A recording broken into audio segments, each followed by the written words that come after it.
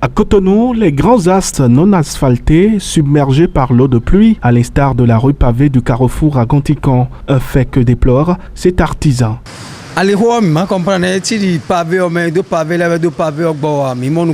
parce que nous disons pour mais le monde tient l'homme dit si on a pavé dit kakabo nous quelqu'un qui monte au bon si on met de léo mon quelqu'un on tise aussi si on met bon cabine quelqu'un Nous avons l'impression que les pavés ont été mal posés. Quand il pleut, l'eau envahit la voie pavée. Les motos s'éteignent aussitôt. Ça a été toujours comme ça. Les caniveaux sont en ciel ouvert et les usagers en font les frais, ne sachant pas que ces caniveaux sont sans d'eau. C'est pénible. Nous si on gagne, ils sont tout en bois. Faut entendre les pots de quelqu'un dans les pots et tout. Bon nous ils ont bon si on met de l'air, ils ont jet d'eau mais parce que si on connaît god d'eau bibo. Les dégâts sont énormes, relève ce jeune locataire qui se plaint de l'état défectueux de ses infrastructures. Malheureusement, il en a payé les frais.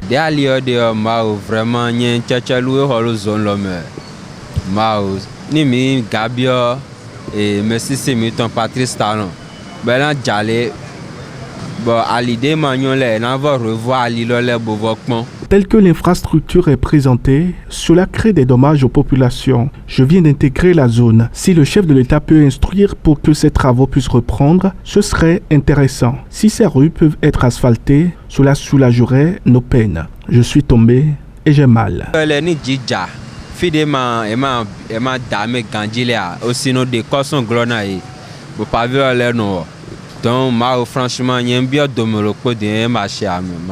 la mairie de Cotonou, les actions sont mises en œuvre pour soulager les peines des populations, insiste le directeur adjoint des services techniques. Une situation que nous vivons pratiquement tous les ans. Et la saison de pluie a toujours été au niveau de la mairie une période critique où certaines activités sont menées pour soulager les peines des populations pendant la saison pluvieuse. En fait, il s'agit de quoi concrètement? Comme nous en avons l'habitude, il s'agit de 3 phases. Il y a la phase pré-pluie qui prend en compte les travaux de curage des ouvrages d'assainissement, les ouvertures de tranchées afin de permettre aux eaux de s'écouler librement à l'intérieur des ouvrages.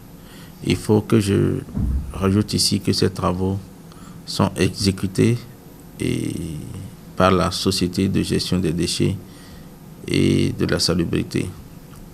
Bon, entre-temps, du Grand Nokoué, mais c'est déjà une société nationale, vous le savez. Donc c'est cette société-là qui s'occupe du curage des ouvrages d'assainissement, désormais dans la ville de Cotonou.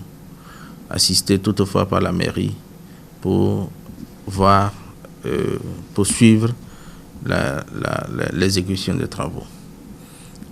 Après ça, il y a ce que j'avais dit tantôt, les ouvertures de tranchées et puis un certain nombre de reprofilages. Ça permet aux populations d'aller et de venir en toute tranquillité. Ça, c'est ce qui est postérieur à la pluie. Et là, déjà, vous savez que les pluies sont en train de s'installer. Et qu'est-ce qui se fait? On maintient toujours ces tranchées en état de fonctionnement pour permettre aux eaux de s'écouler librement vers les exutoires.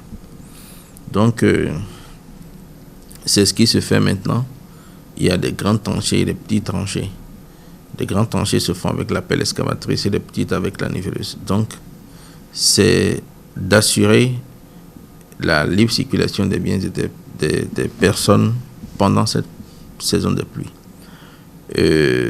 Enfin, après la pluie, il y a la période de relèvement qui prend en compte un certain nombre d'activités, comme la fermeture d'un certain nombre de trous au niveau des voiries revêtues, la réfection des dégradations des pavés, la réfection des dégradations au niveau des ouvrages d'assainissement et les travaux de rechargement. Le gouvernement avait annoncé le démarrage imminent du projet d'assainissement pluvial de la ville de Cotonou, un projet financé par l'Agence française de développement estimé à 40 milliards d'euros.